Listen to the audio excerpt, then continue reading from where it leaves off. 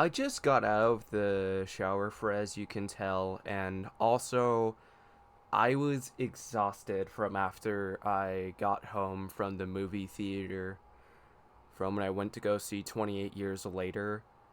And because of the fact that both food and theater together was going to be pricey, we pretty much went to Outback Steakhouse for food first, which I'm not going to lie, they it is a good restaurant.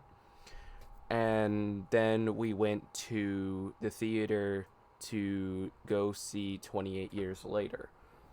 And I did get myself caught up on the movies, which is good, but based on what I can say, 28 Weeks Later is not canon.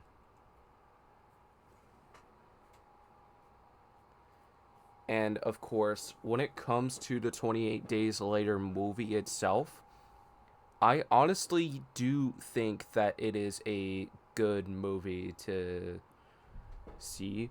And of course, there are some shots that I did have some criticisms with, but the limited amount of lighting is what sold it for the scare factor when it comes to that movie.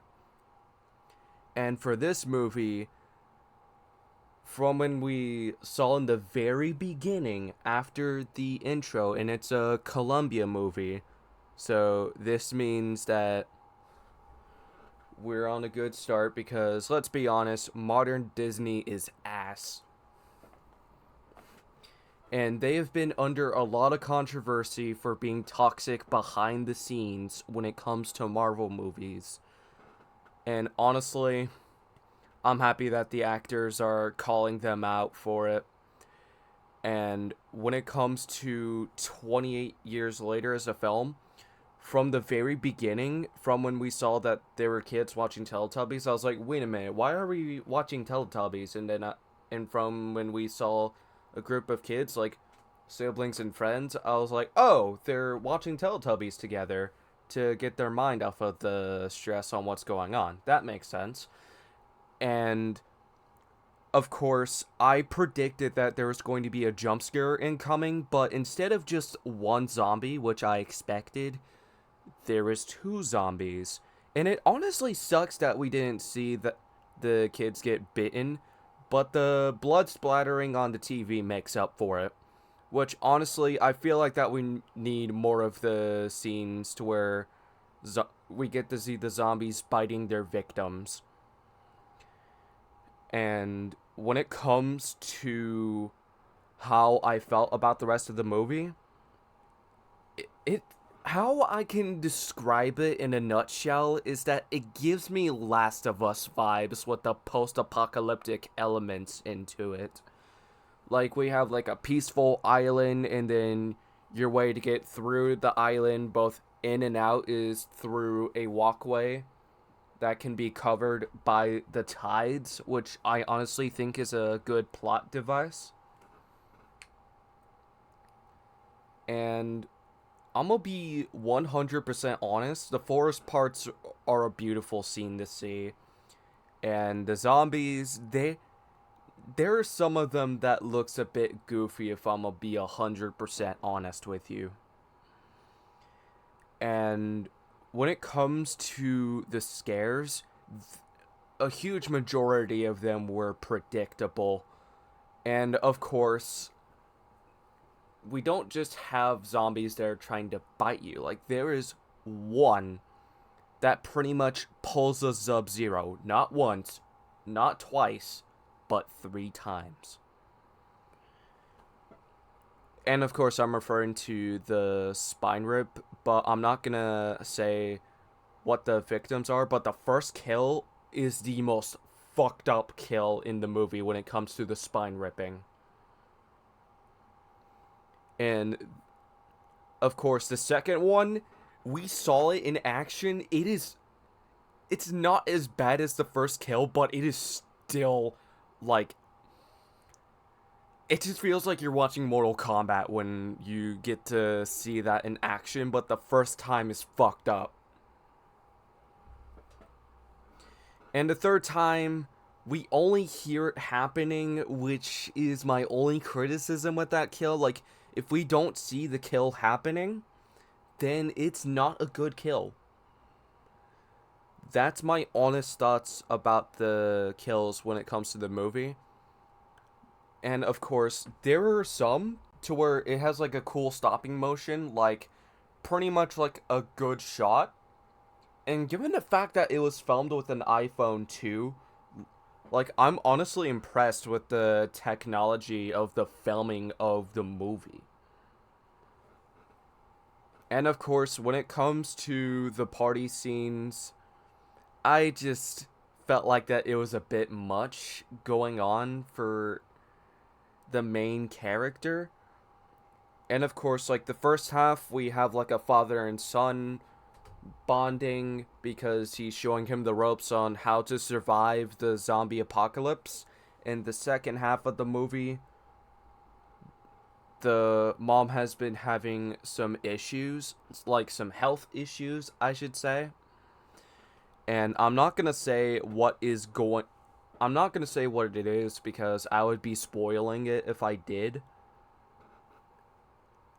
And for a and I honestly think that the actor for Spike, who is the main character, did pretty good.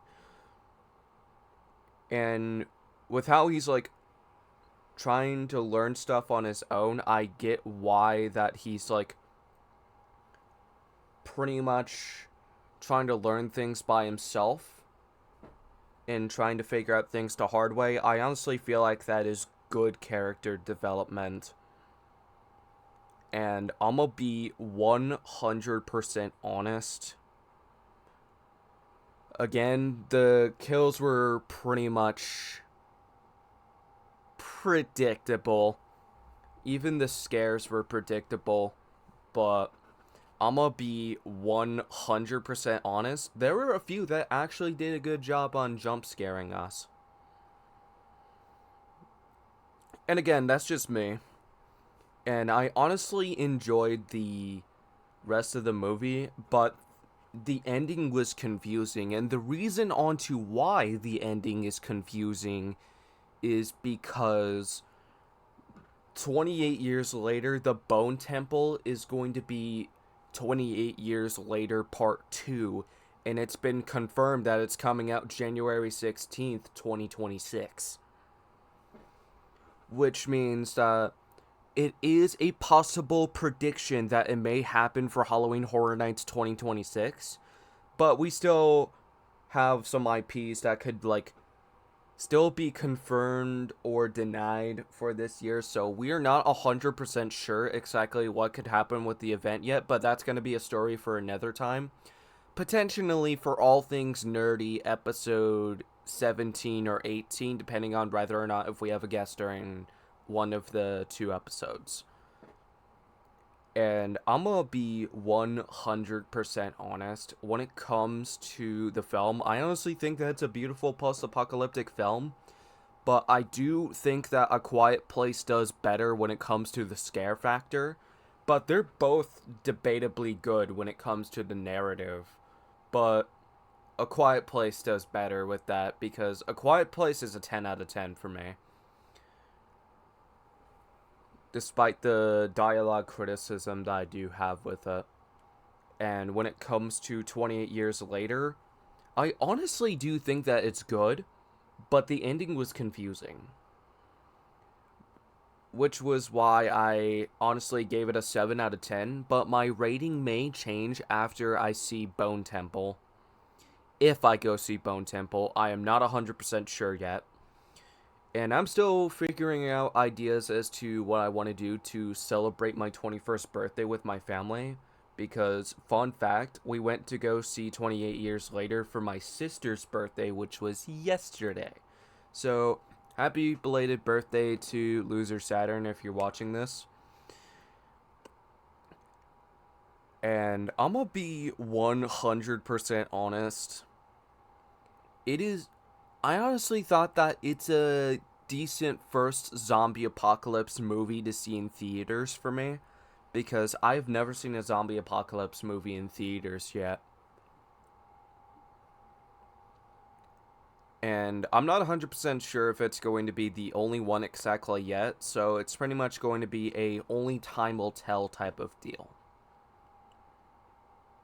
So, yeah. And if we were to like give it like a rating of 5 stars, it is four at it's 3.5 at most because of the confusing ending.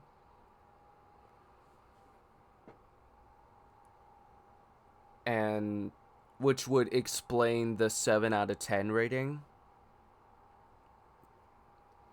And when it comes to percentages, I honestly give it a 65 because of the confusing ending while the rest of the movie was good.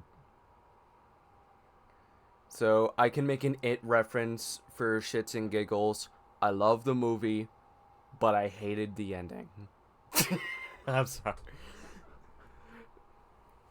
The funniest part about that was that I pointed at my It poster with my thumb, and then I just had to make the reference from It Chapter 2, which you guys are gonna have to see that movie to understand the reference.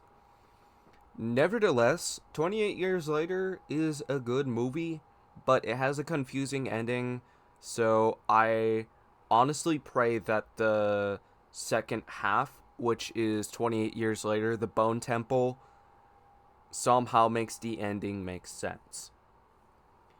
And again, I honestly think that it would be a good IP for Halloween Horror Nights 2026. So who knows what we could get for the rest of the IPs for this year, and then after that we can make predictions for next year. See you all around, and thank you for hearing me out on my honest thoughts about 28 years later.